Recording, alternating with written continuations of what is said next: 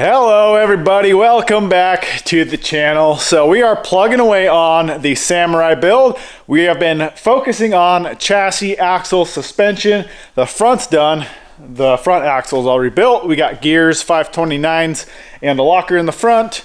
The rear frame is done, but I didn't tackle the rear axle. So we are going to dive into the rear axle today, and also leaf springs needs some paint. So this axle it might need a little bit of extra work because they welded the diff in it. They welded the spider gears up, and I drained the oil. And when I'm pushing this axle around, I can hear metal rolling around, and it's actually jammed up in the ring and pinion. So I'm pretty sure I'm gonna have to order a ring and pinion for it. I have a locker for it. I have an install kit with all new bearings and seals and everything for the axle. So we gotta do that. I wanna get the welded diff out, and I want to get a locker in. So that is the game plan. And then obviously we gotta paint the axle, make it look nice, paint the leaf springs, and get this thing all back together. And then we can finally throw the body back on to the frame and figure out everything that we need to figure out with the body. So that is getting the engine and transmission set where we want it, build motor mounts, transmission cross member, and the list goes on. There's a bunch of stuff we need to mock up and build once we are able to set this body back on. But I want to get the frame, chassis, suspension, and all that pretty much wrapped up, or at least close enough to where I don't really have to worry about that anymore. So that's the game plan. Let's get this axle out, get the third member out, and see what is going on with this gear set.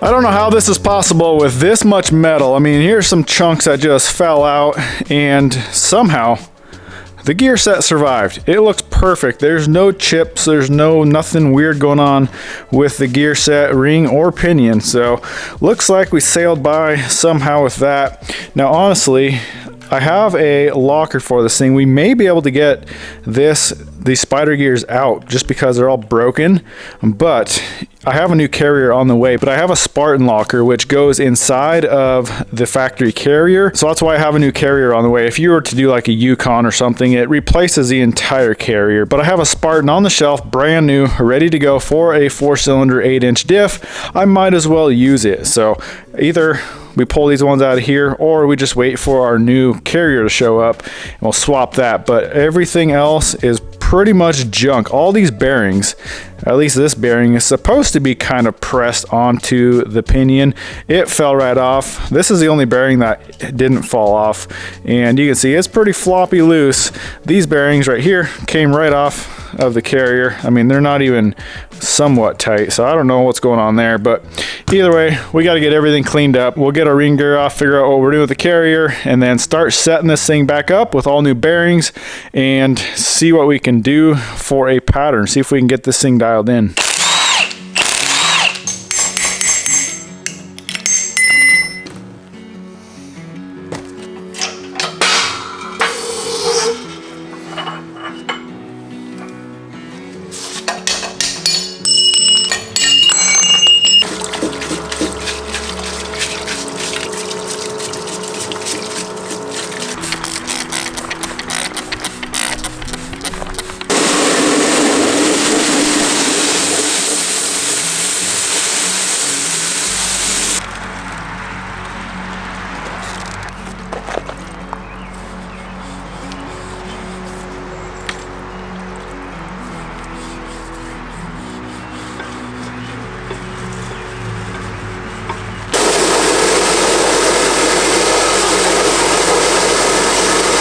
Well, after hours of scrubbing, pressure washing, and flushing this housing out with gas, I finally got it clean. There was so much metal, mainly right down where the cover is, diff cover down here. There's a little gap, like a little crevice down in there, and so much metal was jammed in there. I had to basically strip all the oil out of it with gasoline just to be able to get to some of this metal. So it is sparkly clean now. I think what I want to do, since I have the file from when I did the diff cover on the front, it should be the same cover.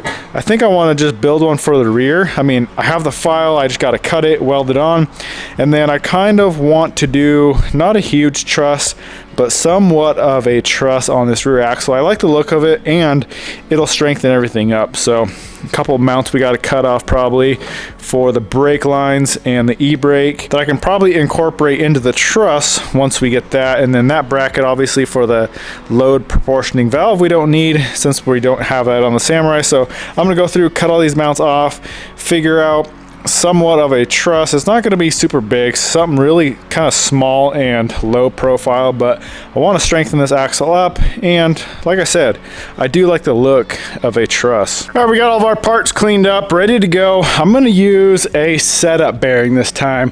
Now, I've tried using the old bearing, wherever that went, way down there. I tried using the old bearings before on the pinion bearing just to set up with, and it never works for me. I hear a lot of people saying they do that and it works, but for me, I set it up with a setup bearing, the used one, get it dialed in. As soon as I put my new one on, it's way out of whack again. So I went and spent the money. I bought a brand new bearing here. Hopefully it's the same exact dimensions. This is a SKF brand. The other one's a Koyo, which they're both really good bearings. As long as the dimensions are exactly the same, it's going to work. So what we got to do is basically just sand out the inside bore of that bearing so that we can just slide it down on the pinion without having to press it on and off every time. We're going to use this to set the entire diff up, and then once we have it dialed in, hopefully our new bearing is identical to this, and we'll only have to press on our bearing one time.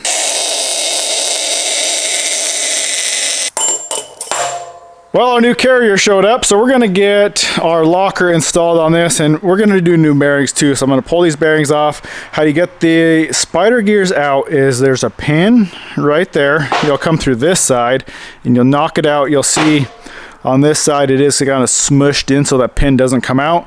We should just be able to punch right through that, and then when we get it all back together, we'll have to smash that back down. But you'll pull that pin out, you'll pull this main pin right in here, right there. You'll pull that pin out, and then you can pull the gears out, and then we can get our locker installed with our new pin.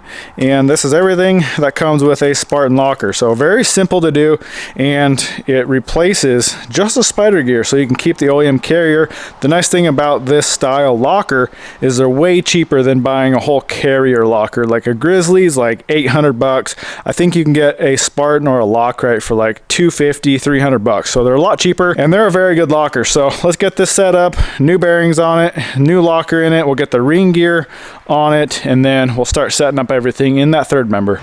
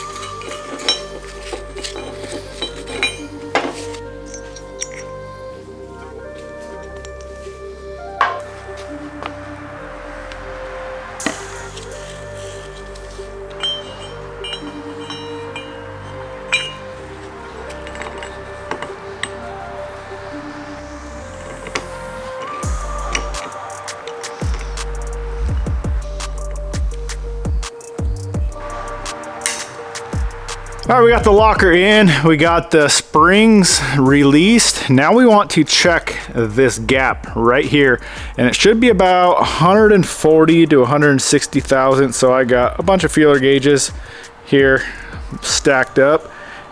This is 145 thousandths, and we are looking perfect. So now this pin is just in here to hold that spacer in the middle, but we want to pull this pin out, get it lined up with the bore here. And we also got to line up that hole right there with that hole there so we can get our pin through. So we'll do that, and our locker's on. We can get our ring gear on, get that torqued, and start putting this third member together.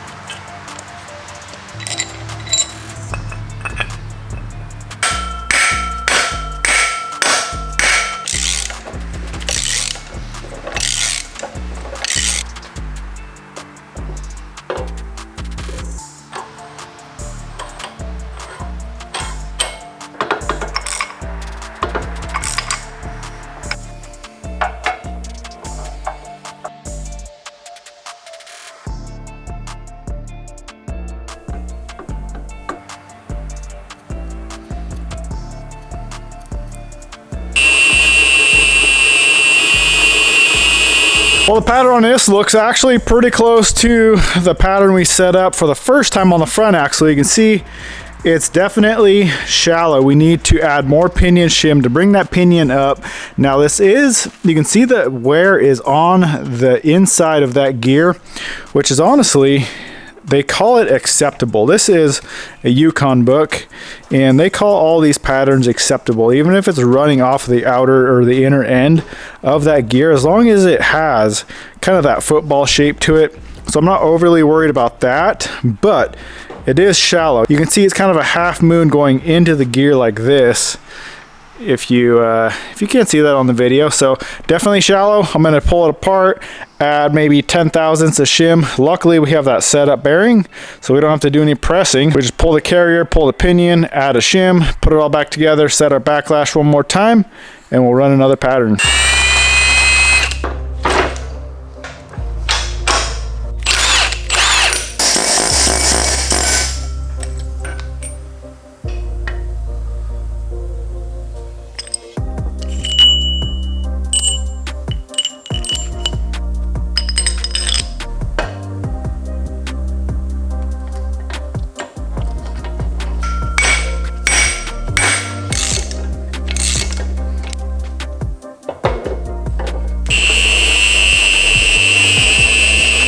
Well, I think I put a little too much pinion shim in. You can see the pattern kind of swapped. So it's honestly, it's kind of weird looking on this side. This side's a little funky too. It's got like this line coming off in the root of the gear, but you can definitely see a hard line on the bottom of the gear. So that looks like I put too much pinion shim. I did 10 thousandths, so I'm gonna take probably 3 or 4 out, and we'll try that. Well, I've been kind of back and forth fighting this one. I got the pattern looking pretty good here.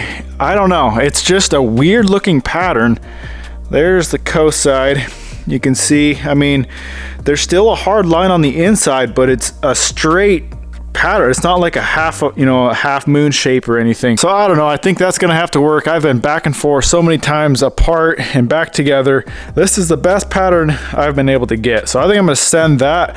Hopefully when we swap our pinion bearing, nothing changes. So we're gonna swap our pinion bearing, and then we're still just a little too tight on our pinion preload. So we're gonna add a little bit more shim on that solid spacer, and then it's back together for the final time. We'll set our backlash 6 to 10 thousandths, and we should be good to go. And then we can start on the rear axle. I want to do the truss, diff cover, and then I'll probably paint it. Even though I do have to weld on my axle perches, it's going to be much easier to paint it, grind off a little paint right here, weld that, and then we'll just touch that up. And then also, these wheel bearings are pretty floppy. So I got new wheel bearings on the way.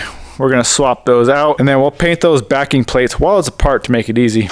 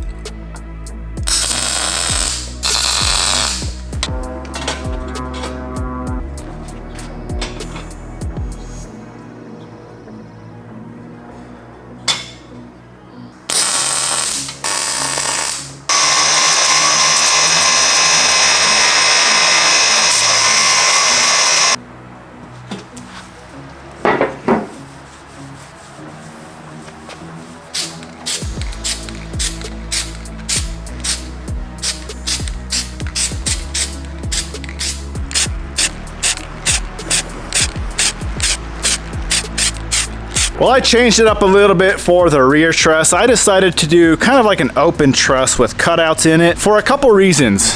I got a vent. Well, every Toyota axle has a vent right here. I wanted to be able to access that. I am running an aftermarket vent, so I'm gonna have a line coming through the top of the truss. So we got a hole here for it. One thing I did do is I want the inside painted black. So I use Steel It. Steel It I've used, and it works great. You can weld through it. I still like to come through and grind off the paint on both sides where I'm going to weld. It just welds way better, but you can weld straight through the Steel It. I think I'm just gonna throw the truss on the axle, do my welding, just because if I weld this on the bench, it's gonna warp and it's not gonna fit right. So I'm gonna tack it on the axle. We'll do all of our welds on the truss, and then right here you can see I did cutouts for drains. So when water gets down inside of the truss, it can drain through all these holes here. So I'm just gonna weld there, there, and there, and that's honestly gonna help. Instead of welding the entire thing and putting a bunch of heat into it, it'll help the axle not, you know, warp at all when you are welding on it. And then once my wheel bearings show up, we'll throw our new wheel bearings in, and then we can complete this axle, throw it underneath. And then I know I'm gonna have to add leaves to the front, maybe even the back. I'm gonna use these leaf springs as a donor pair for extra leaves because it had some weird overloads on, and you can see it's worn. That one's even worse. It's almost worn halfway through. There was a bolt that went through the overloads and it just wore right into that leaf. So I'm gonna use this pack as kind of a donor pack because I know for a fact I'm gonna probably have to add 2, maybe even 3 leaves to the front pack because these are soft, and I may have to add a leaf or 2 to the rear. So we got 6 leaves to mess with. I might actually need to find some other donor leaves, but those were good for that.